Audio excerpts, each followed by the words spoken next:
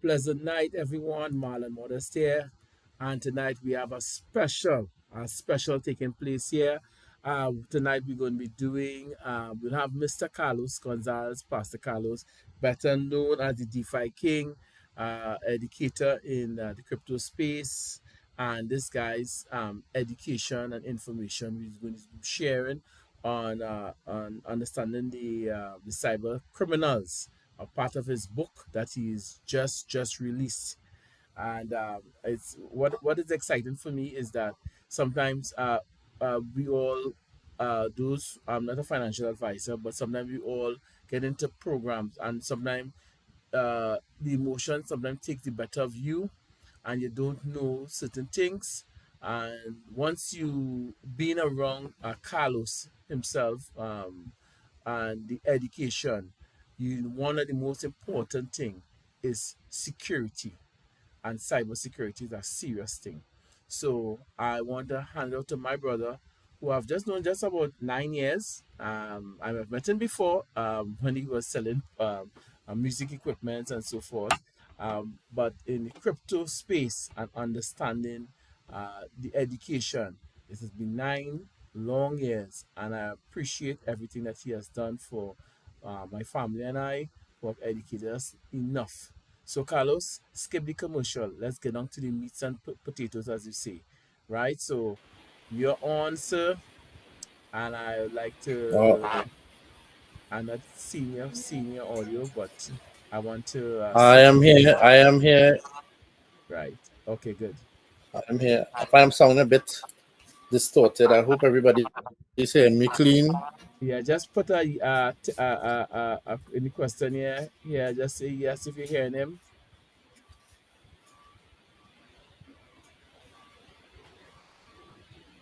You hearing You all him? hearing me clean? The Y for yes, and for no. Okay. Hello, Digital Life. Nice to see you. Nicole, Nicholas, good night. Welcome, Miss Pamela.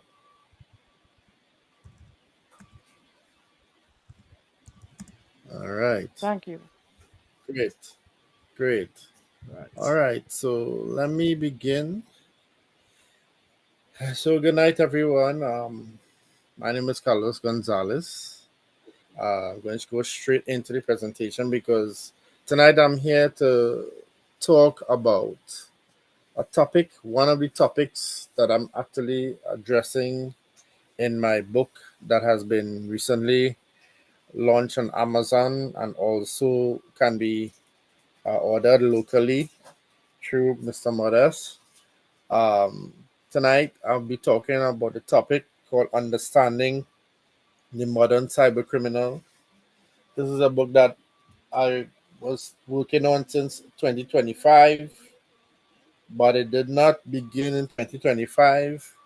It comes with the long time of experience and knowledge, good experiences, bad experiences, some kind of experiences, and all of these experiences have contributed along with learning and research. I'm really a researcher. I love to research topics in different areas and different subject areas, and that's why I'm able to gather information. It's one of my, I won't call it probably a skill, and it's one of the reasons why I'm doing these books. I'm compiling information.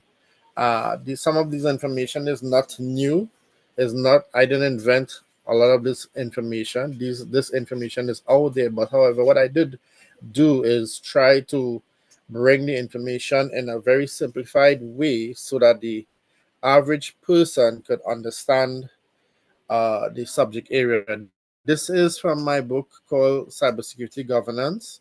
And tonight I'm talking about understanding the modern cyber criminal. So, who am I?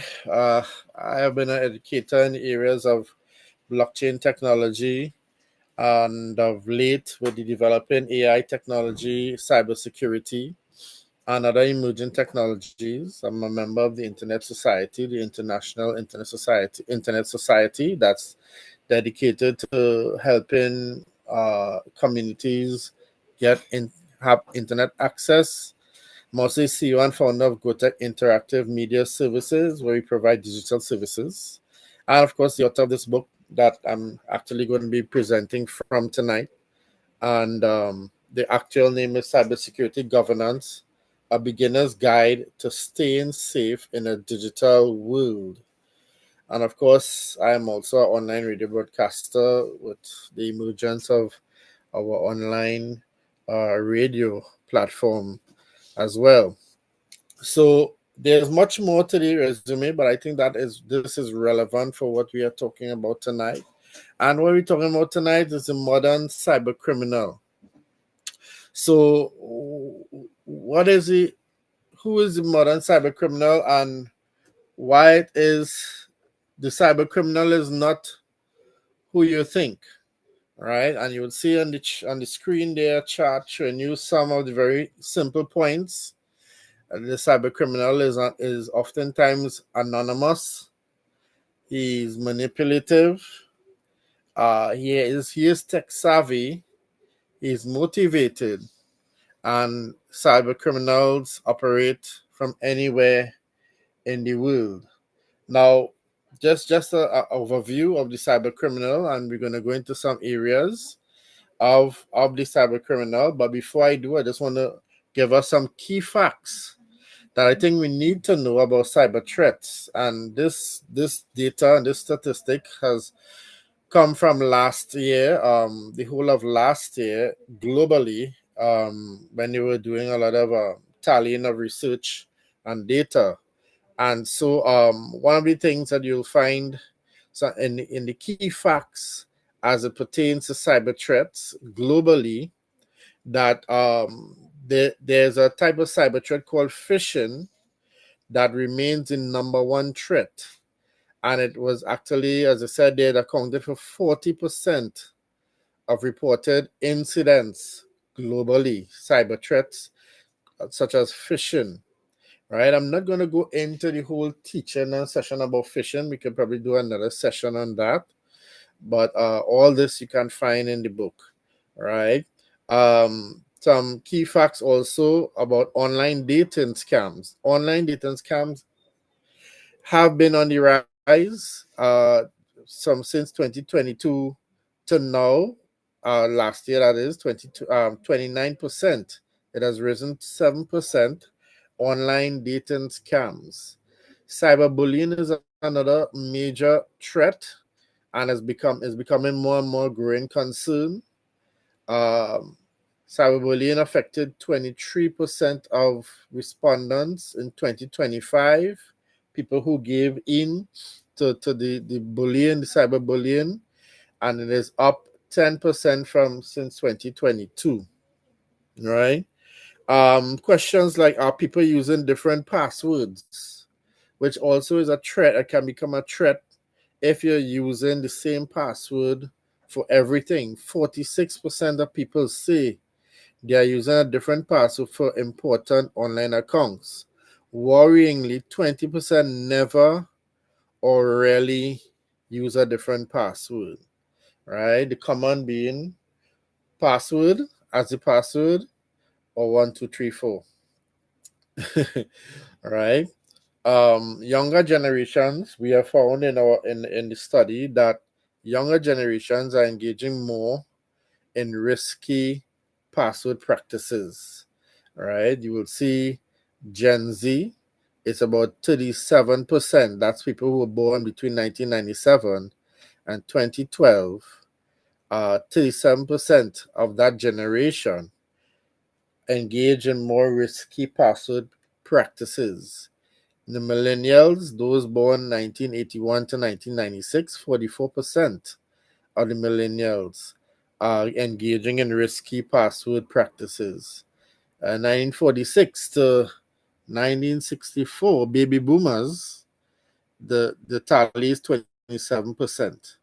And of course, the silent generation, which will be from 1928 way back to 1945, there's a lower risk, 26%, obviously, because that category do not engage as much in online activity as younger generations do, right? And of course, I have some little things under there. So it's important as we look at cyber threats and cyber criminality that we always continue to remember some of these points that I put underneath there in the chart. To think before you click, right? Think before you click. Somebody write that in the chat for me. Think before you click. Somebody write that in the chat for me. Think before you click. And it's important that everybody know about practice. That's one of the first practices. Very simple. Think before you click. All right. I'm not able to see the chat. I don't know why. But think before you click. And of course, verify. Don't just trust. It's another important practice. Speak up. Right. Don't hurt, meaning do not hurt yourself or allow yourself to continue to be hurt. Speak up, right? Use strong, unique passwords. We have a whole session and a chapter in the book dealing with passwords and some of the best practices for passwords. Protect yourself and protect others. Yeah. So these are some important things we want to deal with. Now, cyber criminals, they are not always elite hackers. Some people think that cyber criminals are elite persons, that they are experts. Many of the hackers today use ready-made tools. They use ready-made services, and they use what they call ready-made scripts to launch attacks, right? Motivations range from financial gain to ideology, and that's a very important one. Ideology. Cyber criminals, a lot of cyber criminals have a practicing ideology, and I would have told many persons this in the past, right? That some of the ideologies behind cyber criminals is that they believe that information should be free and accessible to everyone, and that no one should be restricting or refraining others from accessing information. And those ideologies play off to hackers that hack corporations and databases, government databases, and so forth. They have that kind of ideology, right? They also motivations also include espionage, right, for spying purposes, gathering intelligence, so forth. Then we also could talk about revenge. Some people practice cyber criminal activity as a means of revenge, right? A means of revenge or curiosity, right? Curiosity. Some people just want to try it out. Let me try how to get access to this information. You know, it's important. Um, so and I can remember very very young. Back in, let's say, 19 probably 1990s, early 1990s. I remember coming across a database that was sent to me that had all the IP addresses of of international agencies in the US, and I was curious, but I was very scared. I was young then, but if that came to me, it could come to anybody, and people sometimes get things sent to them, and they're tempted to, by the curiosity, to engage. I want to encourage you: do not engage in such activity. It is not safe, neither for you nor for those who you may be trying to violate. All right.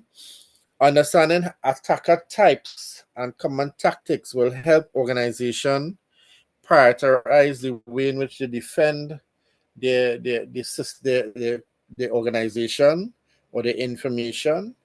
And of course, it's important that they are aware. Companies need to be more aware. If you have a small business, you need to be aware of the threats that linger around your computer, right? And the threats meaning that there is things that your computer has that hackers may want to access. So it's important that you remain aware, that you you are aware of these practices. Let's look at some cyber criminal profiles, right? Cyber criminal profiles. And cyber criminal profiles, let's look at the types and rules. All right. Now, this is going to be really a summary type of presentation. For more details, you will have to, I encourage you to get the book or actually order the book, right? Which will give you much more information, right? Attackers can include teenagers, organized gangs, call center scammers, insiders, rogue developers, extremist groups, fraudsters, and lone actors, all of them with the intention of seeking notoriety or revenge, or of course, some of the other motivations, such as financial gain, data theft, as we said, spying, getting intelligence gathering, disrupting operations, or of the operating from their philosophical perspective, or again, curiosity. Right? There are what we call a criminal. There's a cyber criminal ecosystem, as cybercrime functions like a marketplace. It's literally like a marketplace, right? Where you can access places where you can purchase malware, you can purchase ransomware, and all these are types of viral attacks that can access your emails and your documents, right? They are what they call subscription hacking kits that you can acquire, right? And even criminal training.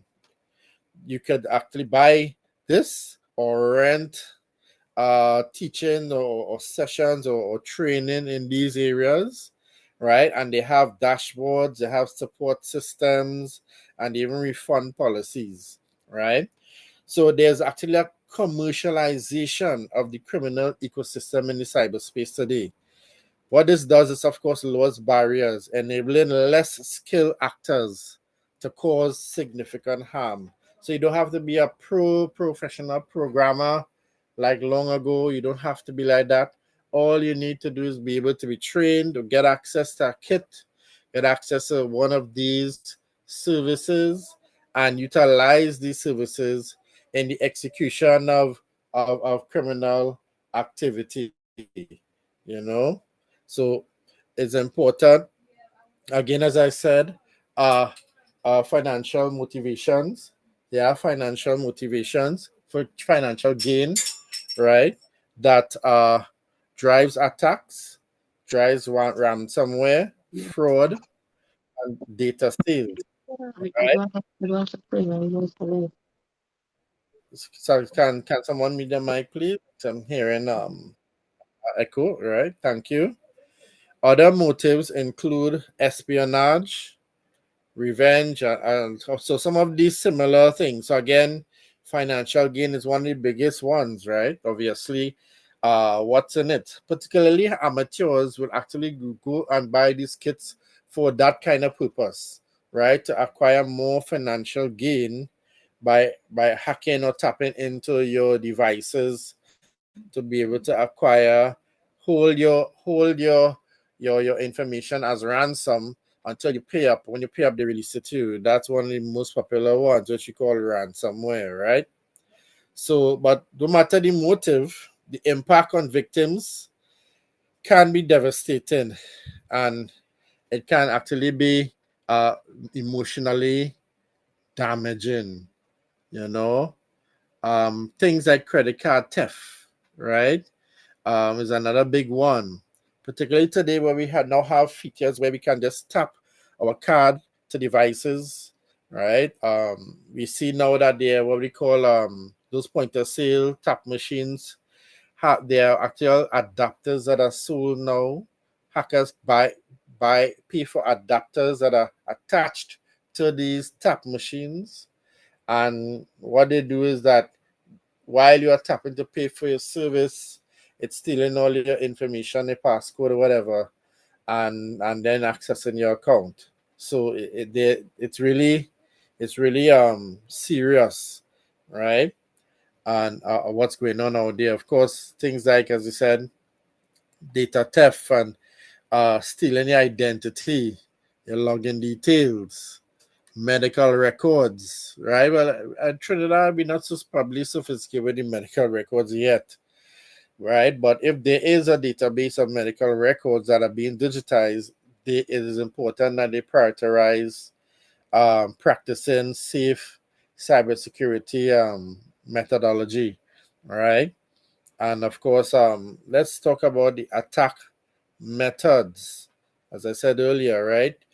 Now, one of the biggest areas, and this is actually could be a whole presentation by itself, is social engineering. That is a big one, right? And social engineering will include methods of attacks using phishing, as I said, SMS scams. I'm sure you would have gotten texts on our phone telling you to come and collect your package at Titi Post Piaco.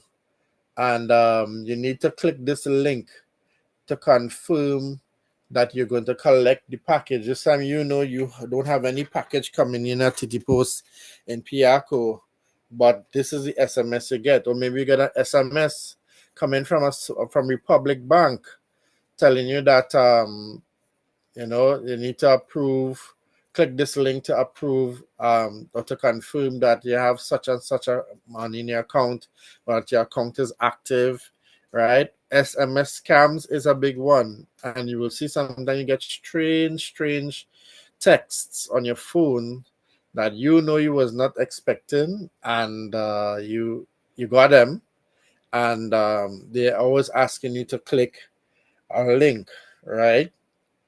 Impersonations of digital impersonations are a very big thing right now, right? And all these things designed to exploit human trust and urgency. So attackers pose as banks, they can pose as colleagues, as I was just saying it here just now, or delivery services to extract secrets. So if you're one that you would have gotten texts, or congratulations, um, grocery is giving you um, a World Cup prize, and you need to click on this link to claim it, right? You always check the official platforms of the groceries and whatever to make sure, verify if there is a promotion running. Because the scammers are always doing that. They're always trying to get you to click a link, right?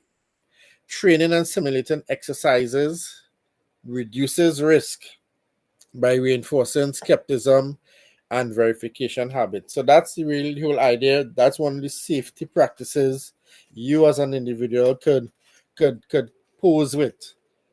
Become skeptical of anything digital coming your way. Practice skepticism, right? And after skepticism, you verify if the information that you've gotten or the thing that's come to you, if it is so, right? Malware, of course. We're talking about malware, which is a short word for malicious software. That's what malware means, right? Malicious software.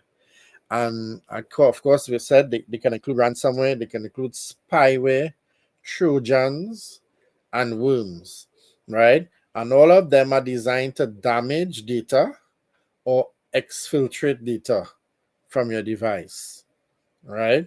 There's what they call credential theft via something called keyloggers. What is a keylogger? A keylogger is when you download, let's say you download a particular software unknowingly, or say you click something to download before your face, and while you're downloading that thing before your face, there's a keylog software that's being downloaded in the back end of the website or device, right? Just a brief piece of education. In every website, there's what we call the front end, and then there's the back end. The front end is what you see as a user, right? It's everything you see, your apps, your screen, what shows up on your screen. That's the front end. The back end is where the operations often take place. And so key login is a software that engages in the operational side or the back area of your website. So while you're doing your stuff in the front end on the screen, what you're seeing, the key login is happening in back. And what the key login does is that the key loggers are basically every key you type on the keyboard is now replicated on their screen.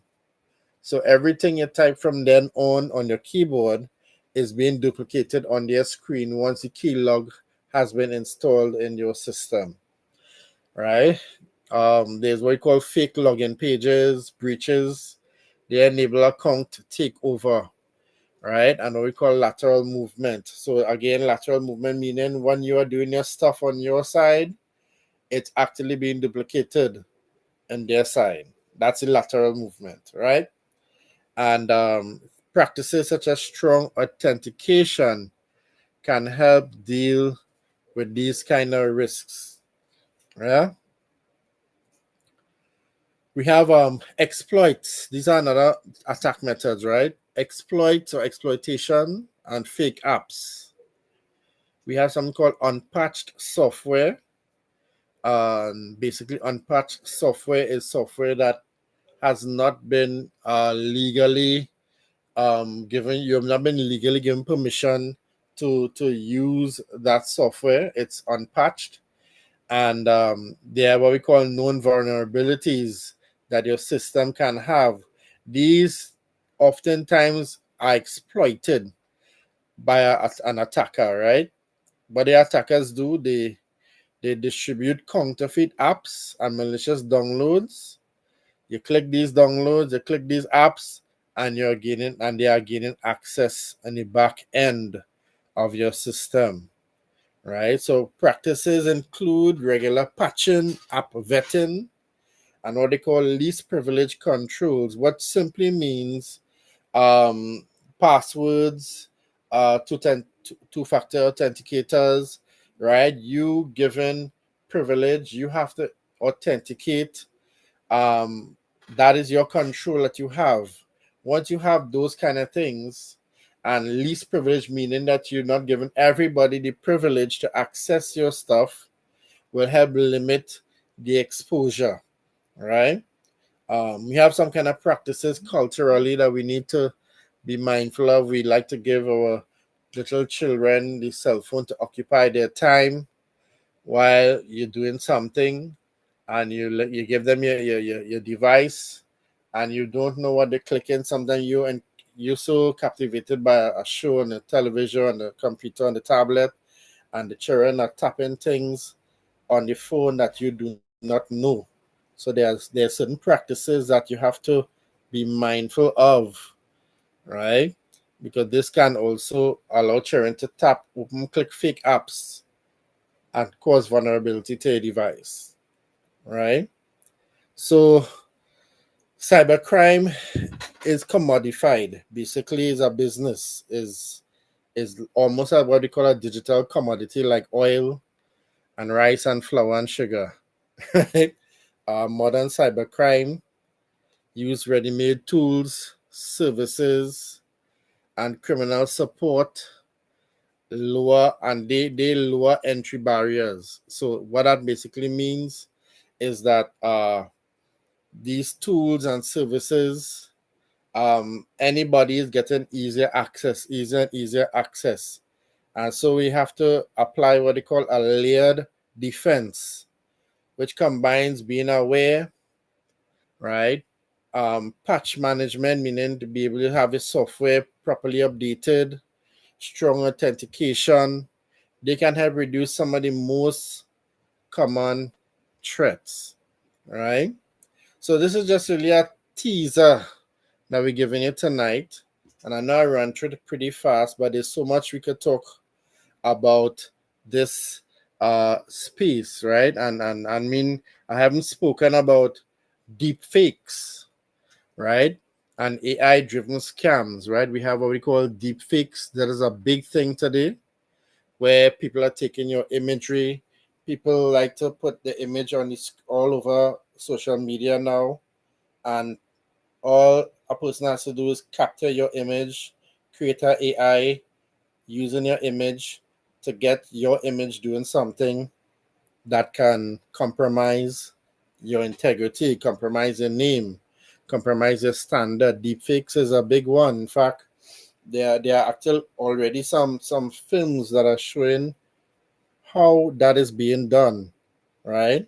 And even the possibility of future governments using deepfakes as a pretext to engage in wars and all these kind of things. This is very serious, right?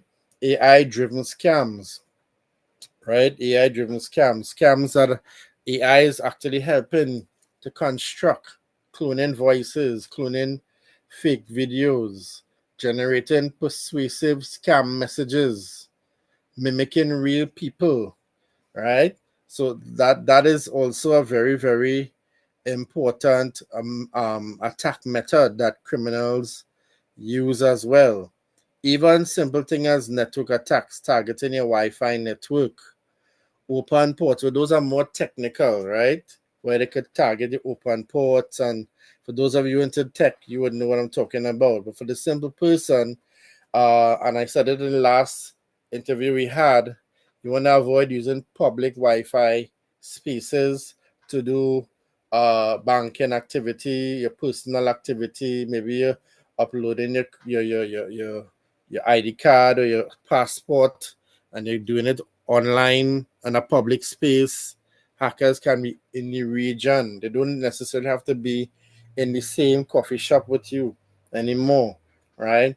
All they need to do is use extenders at certain localities and be in another room further away to access the data that you're uploading on your platforms, right? So there's a lot more. We could talk about the psychology of the cyber criminal, right? And that's a very important one. As I said before, the psychology is that they are anonymous, right? They hide their identity. They use virtual private networks, VPNs, it's called. They are manipulative, right? That's the psychology of them. They're manipulative. They rely on the trust of people who are very trusting. And if you're very new to technology or you don't trust technology, that's actually a good thing, right? Is when we become too trusting, is when we have to be careful, right? Especially when you see familiar brands and logos, right? These things sometimes is what the cyber criminal will use to capture people, right? Want a free Nike shoes? Click here, right? You no longer you're thinking about the safety. You're thinking about what you are getting, right? So self control is very important. Being being questioning and testing everything digitally before you engage in a big way.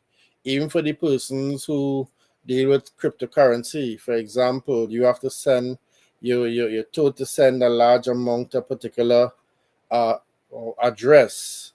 You send one first, see how it behaves, see the proof that it's been received properly before you send a larger amount, right? Those are little practices. In the crypto space, of course, you have things like terms when you say USDT and USDC. Know that all of these cryptos have different networks and an increasing number of networks actually that use USDT, Tron USDT, Binance USDT, Solana USDT. Uh, there's another one. There's so much out there, right? Just on top of my head. And you have to be able to double check your networks, see if there's a commonality before you send your crypto, right? So these are things you have to practice. The cyber criminal, as I said, they may not be professional, but they at least know enough to get around, right? To be tech savvy enough to move around. Even children who are those online gamers, right? You have to also be careful and mindful for those who are into online gaming, right? Because there's spaces, there's programs like about Roblox is a platform that is a big thing around children and gaming and stuff like that. There's pedophiles that are using those platforms to have discussions with your child, to gain access to information, to cause your child, to send your child perverted stuff and have your child engage in perverted stuff through platforms like Roblox, right, which is a gaming platform. And there are others out there as well, right? There are games where there are certain levels that only until you reach certain levels where the demands that they ask of the children to perform or do is much more riskier, that actually crosses the barriers of digital into physical challenges, right? So these are some of the realities that exist. Of course, cyber criminal is motivated. They are motivated. That's the psychology. They are motivated, right? So you have to ensure that you are motivated to protect yourself. You have to ensure you are motivated to secure your space. You have to ensure you are motivated to um, ensure that your digital life is protected. Yeah. And one of the reasons, there are three major reasons why the cyber criminal in their psychology are successful. And they are successful because one, people trust too easily, right? Another practice by general people is they ignore warnings. A lot of people ignore warnings when they want to access a service. Even the fine prints they don't read, right? And the fine print may have something hiding inside there, that because we so hurried to access the service that we overlook the policy document that may say that all the data you put here will be sold on the market, right? There's some called data mining, right? People are accessing your data and purchasing it, literally, right? All these great hacks we hear sometimes happen in a country and nation, it's not just sometimes just done for just fun. So when they put it on what they call data boards and on the dark web to sell it to other persons who will then use that data of yours to do whatever mischief they want to do, you know. Um, Another strategy, just before we go and before I finish this here, another just one more strategy of the attack method that comes to mind as well is the urgency attack method, right? Any any platform, anything that is trying to cause you to operate according to FOMO. Remember what FOMO is? FOMO is fear of missing out. Do not be pushed, and with that urgent kind of thing, right? Scammers love to utilize FOMO, right? To get people to click links and give up information quickly without thinking. The psychology of the cyber criminal is that they don't want you, the user, to think. That's why we go back to the first one of these charts I had here up before. It said, what did it say? Think before you click, right? Think before you click. So, folks, there's so much more we could talk, but I want to leave it there because I want to encourage you to get, the book, and because the book will give you even do more justice than I'm doing at this presentation tonight, right? So the book is available. We have a special offer for the first 30 persons that gets the book. They'll get it for $230. The regular price is $240, right? And Marlon doesn't know this one, but tonight I have a special offer. If you use the code MyCopy when you purchase it or you order it, just use the word MyCopy. You get $50 off. So instead of 200, you will get it for 190, right? So yeah, so even if you're the 30 persons, or if you're the 31st person, and you use it to my copy, instead of getting $40 off, you'll get it for $190. Now that's the best of the best deal that we can offer at this time. And we do hope that you engage in it, right? And of course, persons who purchase the book will be given a 40% discount on our upcoming lecture on cybersecurity governance, started to take place either in the third or fourth week of July, right? Where I'll be giving a lecture packed with real world insights on cybersecurity governance and digital protection. And this is for anybody. This could be for the grandmother, the parent, the business owner, small business owner. You could start from zero and come and leave knowing something, right? So I want to thank you all for being here, and I'm going to hand it back over to Mr. Modest, our host tonight. Hey, Pastor Carlos. A lot was said here tonight. Thank you, thank you, thank you. Um, I'm not scared anymore because of the education I've gotten from you. I'm not scared. Before I used to be scared. I'm not scared. Just this morning, Mm, self, I had two persons who would have contacted me, mm-hmm, and when they contact me, I said, you know what happened? Yeah, right. Yeah, right. You sure you really you know who you're dealing with? And they message me on Telegram mm-hmm, and they say, "Hi, how are we going?" And I am sure that they use a VPN or something to find me because I am incognito on Telegram. You have to be in my contacts. So right. once I see they sending me messages and I look, I see they're in no other group. Mm-hmm, I know that they are using some device and all the stuff with some picture. Well, I just say hi, bye, you know, mm-hmm, I, and just block and report one time. right. So I mean, and I feel comfortable. I remember when we had this major situation with WhatsApp and all the social medias being down. Telegram was the only thing that was working. That thing that during COVID, and yes, somewhere Mm-hmm, inside COVID, and it was the first time I had to download Telegram, and I was seeing all these different things. I said, "What is this?" But Telegram, is for me is much a safer place than WhatsApp. But in any case, that's for another time. mm-hmm, yeah. I feel and because of your um uh uh, information that has been shared over time and educating us through the process, from since 2017 onwards.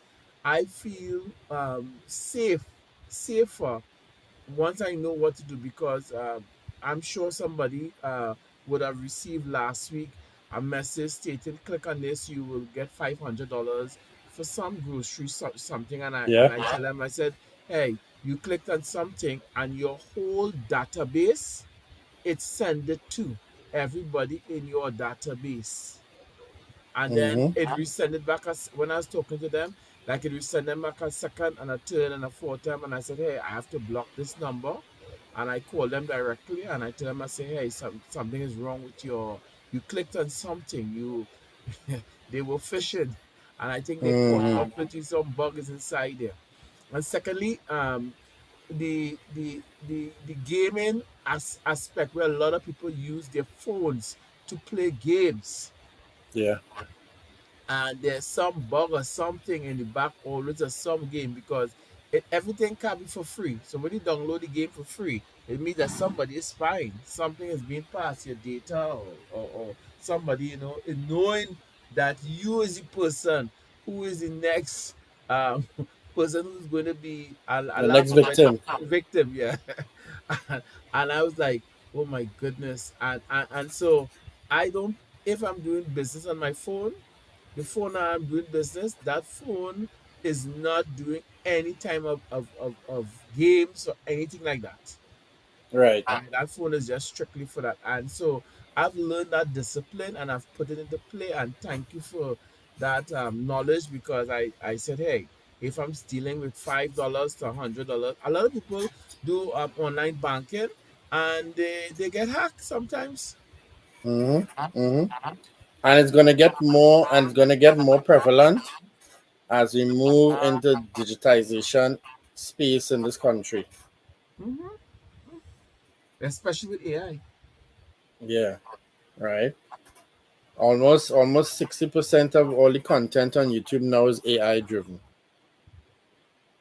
It's Hmm. not people. All those TikTok shorts, AI. They're not real people. You Wow. know? Yeah. Well, I want to thank you. I know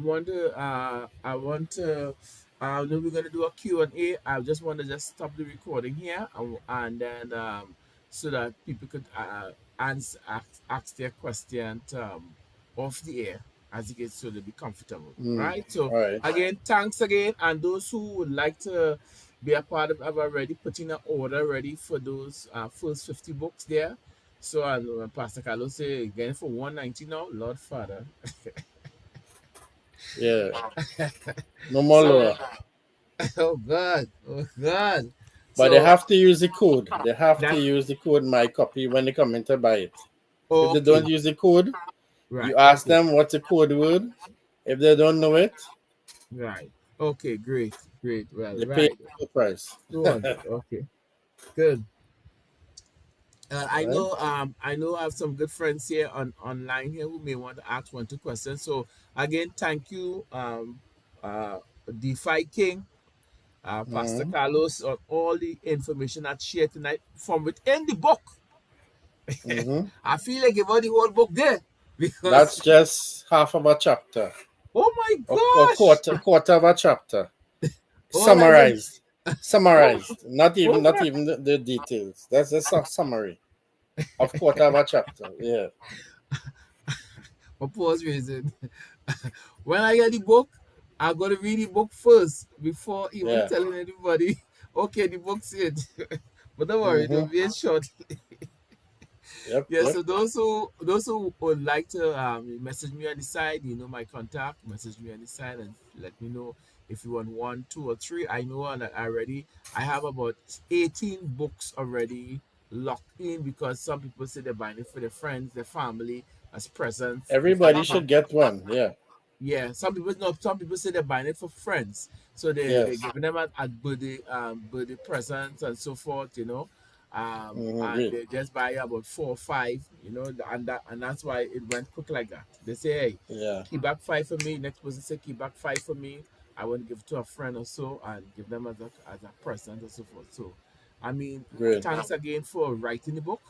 Thanks again. It's local, right? Mm-hmm. 100% local, and I know the language that you're going to use in the book. It's going to be simple language that inside of the space that we could understand. Mm-hmm. Mm-hmm. And I like how you put back the word FOMO. For those who don't know what FOMO means, at least tonight they hear it for the first time and they know the acronym FOMO. That's part of one of your training sessions that you broke down all the basic information of what you know, Yeah. yeah, to expect, right? So Mm-hmm. um, I'm going to stop recording. Thanks again, and Mm-hmm. let's do it. Okay. Mm-hmm. Okay, so you get any bonus now? This is the bonus session here now. Go ahead, sir. Yeah, so I'm saying that a very important thing is that when you have business on your phone and the private information and the digital crypto and the digital banking, it really and truly should be on a device that is separate from the device that you go all over the place with. Because you should approach that device like your digital vault. And if you had a physical vault, you don't take your physical vault and drive it all over the place with you everywhere. You keep your vault safe behind a painting under the dirt, wherever home. or in a PO box or whatever. So too, you want to think about when you're doing crypto and your online business. If you have a device that you're doing that on, and you're literally doing business on the road with it, well, all right. But you should not be carrying that device everywhere you go, because there's a simple strategy people use too today, where if you rest your phone down at a cash register, right, you rest your phone down to take out your credit card to pay for your groceries. All it takes is about 2 seconds for someone to rest their phone next to yours. And in that 2 seconds, they've already copied all the data from your phone. You take back up your phone and put it in your pocket, Yes, thinking that I saw the okay, video with that. Yeah. that everything is good, right? So these are some little things that we can encounter daily on a daily basis. You see, surveys, online surveys is another way by which you capture information about you, right? Yeah, Um, Michael said here in the chat room here, they also have smart glasses with built-in cameras in real-time yes, translation. Yeah. yes. And those are devices that are around as well, you know. So it is important for us to be mindful. Again, it's about mindfulness, being mindful. Because while the cyber criminal, I talked about the psychology of the cyber criminal, you as the person that's doing cyber business, there should be a psychology about you too. You should have a particular type of mindset when approaching online business and doing business on devices, right? And there's something called redundancy. It's a term called redundancy, and redundancy is basically creating multiple layers of security to ensure that a violation doesn't happen. Because what causes cybercrime is that there's a vulnerability on one side and there's a violator on the other side. Let me say that again. There's a vulnerability on one side and there's a violator on the other side. The Hmm. violator is who we call the hacker. The violator is who we call that person who is engaging in the criminal activity. The vulnerability comes by the average person who's either operating out of a place of ignorance, meaning they do not know better, or negligence. They're just not serious or taking it as serious as they should, becoming the on the receiving end of a hack. Most hacks, when they do take place, is not because it just happened. Let me say that again. Most hacks, when they take place, is not that it just happened. Let me give an example.